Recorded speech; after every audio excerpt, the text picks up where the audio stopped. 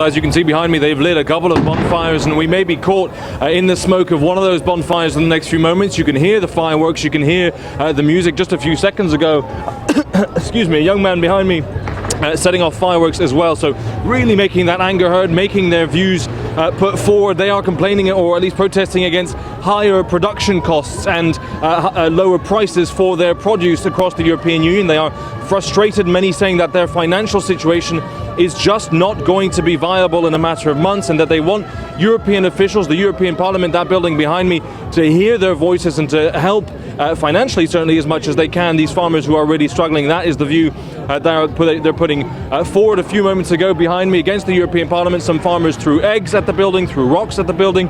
They've been pushing back and forth with police lines as well over the last couple of hours. So certainly a lot of tension in the air. These farmers very angry about their conditions across the European Union, and that is represented here. All these tractors around me are mostly Belgian, but you have Italian farmers groups a little bit further down the square. On the other side, we spoke to some Spanish farmers as well. So really a clear message from farmers from across the European Union and in Brussels here today. About 20% of the European Union's entire budget goes towards direct subsidies to European farmers. So you may ask the question, why are they here and what are they so angry about? Well, actually, if you speak to a lot of the farmers here, they run small family farms in Belgium, small family farms who don't get the majority of that funding. That majority of that EU funding goes towards bigger agricultural conglomerates, and that is one of the real profound frustrations that the farmers here have. They say, look, we're not getting as much support as we need. They also say very clearly that some of the new environmental laws being brought in by the European Union are cumbersome, are burdensome, are too bureaucratic, and is making their life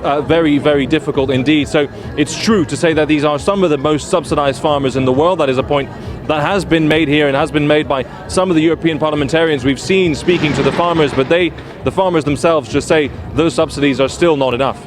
But we've heard some of the leaders talking about the farmers' protest. The Belgian Prime Minister Alexander De Croo was the first out to speak to the press and very clearly said that these protests have to be heard, these protesters have to be heard. The European Parliament President Roberta Metsola also saying that the message to European farmers is that we hear you. But the summit today, the meeting today, was scheduled to have a very difficult discussion over help to Ukraine. And news breaking just in the last couple of minutes, the leaders have reached a deal and they will provide $50 billion